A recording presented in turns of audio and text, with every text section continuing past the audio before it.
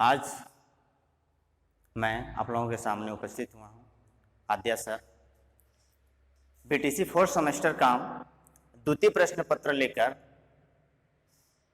अब पिछली वीडियो में मैं आप लोगों को सिलेबस बताया। सिलेबस के अंतर्गत जो इसमें पहला पॉइंट है वह है संस्थागत नियोजन एवं प्रबंधन। संस्थागत नियोजन एवं प्रबंधन। अब हम जानेंगे कि संस्थागत क्या है, नियोजन क्या है और प्रबंधन क्या है। सबका अलग अलग अर्थ है। क्योंकि यह पेपर है, पेपर का नाम एक बार और बता दे रहा हूं कि शैक्षिक प्रबंधन एवं प्रशासन। नाम से ही पता चल रहा है कि शैक्षिक प्रबंधन एवं प्रशासन। यह द्वितीय प्रश्न पत्र है जिसका पूर्णांक 50 नंबर का है। आइए उस पर देखते हैं कि संस्थागत नियोजन एवं प्रबंधन। तो पहले हम जानेंगे कि संस्थागत नियोजन क्या है। तो यहां लिखेंगे अर्थ में देखिए संस्थागत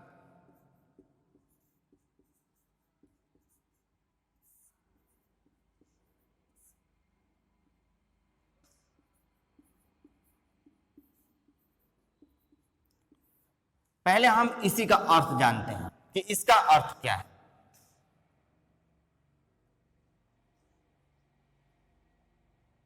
पहले इसी का अर्थ जानते हैं कि संस्थागत नियोजन। इसको ऐसे भी कर सकते हैं।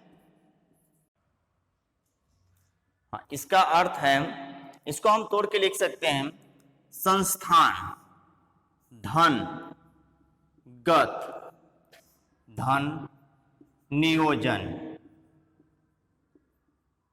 नियोजन। तो संस्थान का क्या अर्थ है, गत का क्या अर्थ है और नियोजन का क्या अर्थ है, मैं आपको बताऊं। तो यहां लिख लीजिए संस्था का क्या अर्थ होता है, कार्य करने का समूह। कार्य करने का समूह। कार्य करने का समूह।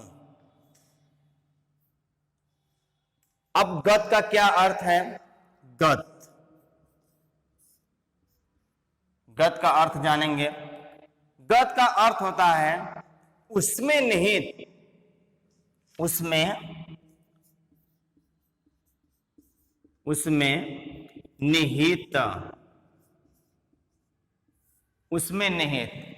अब नियोजन का क्या अर्थ है, नियोजन का अर्थ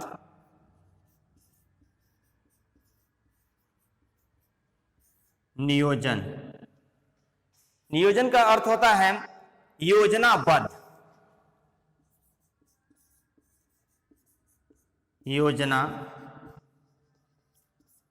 योजनाबद्ध।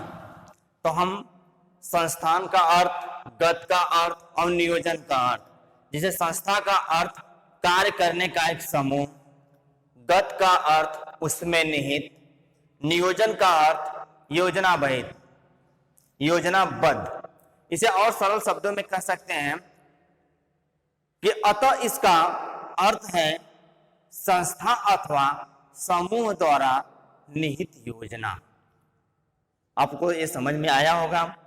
अब अगला है कि प्रबंधन क्या है। अब हम आपको प्रबंधन बता दें।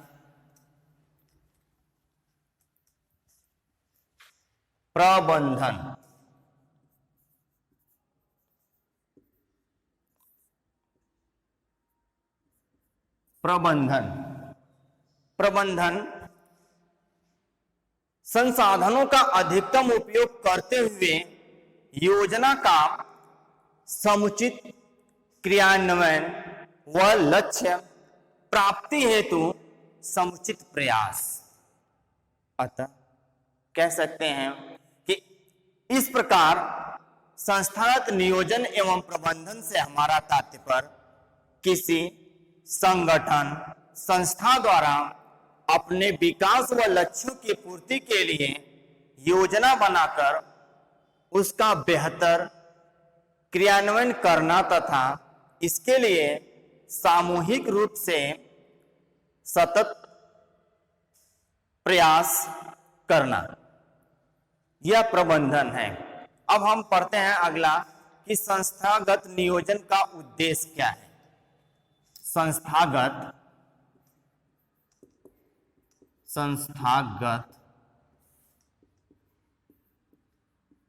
नियोजन का उद्देश्य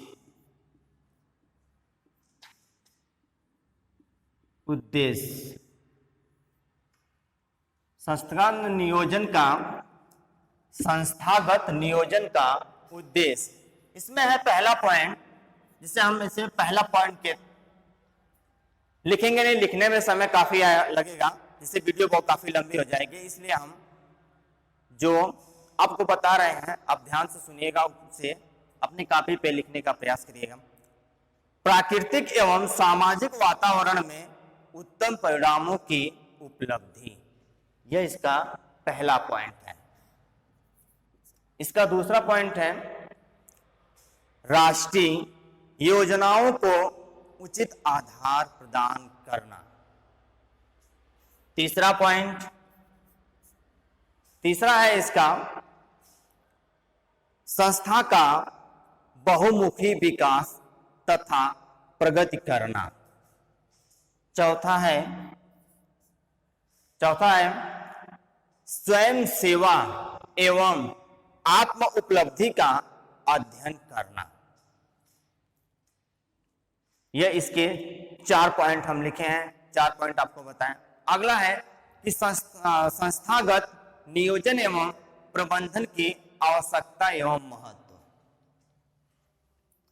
अब यहां पे हम इसका लिख सकते हैं कि संस्थागत नियोजन की आवश्यकता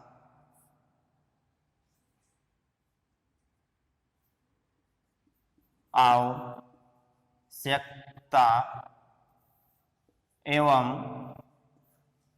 महत्व।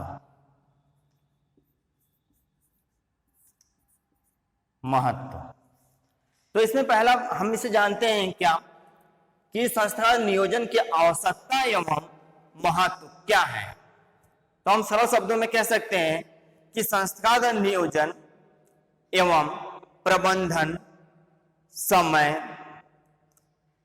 श्रम एवं धन की बचत होती है, साथ ही कुशलता, गुणवत्ता एवं प्रभावशीलता में वृद्धि होती है। एक बार और सुन लीजिए कि संस्थागत नियोजन व प्रबंधन से समय, श्रम एवं धन की बचत होती है, साथ ही कुशलता, गुणवत्ता, प्रभावशीलता एवं वृद्धि होती है, प्रभावशीलता में वृद्धि होती है। इसके अंतर्गत पहला पॉइंट लिख सकते हैं हम। नंबर 1, पहला पॉइंट क्या है कि संस्थागत नियोजन से संस्था को लक्ष्य निर्धारण में सहायता मिलती है तथा निर्धारित लक्ष्यों की समय सीमा के भीतर पूर्ति संभव होती है। दूसरा पॉइंट है संस्था की आवश्यकताओं की पहचान तथा उसकी पूर्ति संभव होती है। अगला पॉइंट, संस्था के कार्यों में सुधार तथा गुणवत्ता में वृद्धि होती है। 4 नंबर पे है, इसमें शैक्षिक लक्ष्यों की प्राप्ति संभव है। अगली हेडिंग है कि विद्यालय प्रबंधन। हम आपको बताए थे कि विद्यालय प्रबंधन का अर्थ क्या है। विद्यालय प्रबंधन देख लीजिए इसको भी। विद्यालय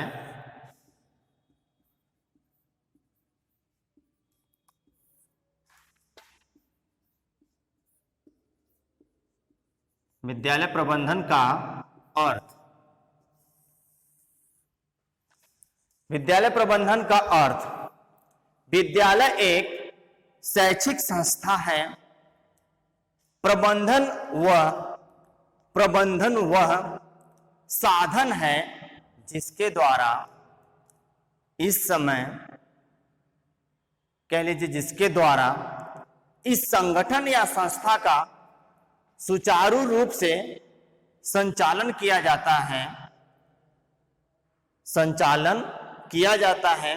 विद्यालय प्रबंधन का संबंध मुख्य रूप से विद्यालय की प्रबंधन कमेटी, विद्यालय के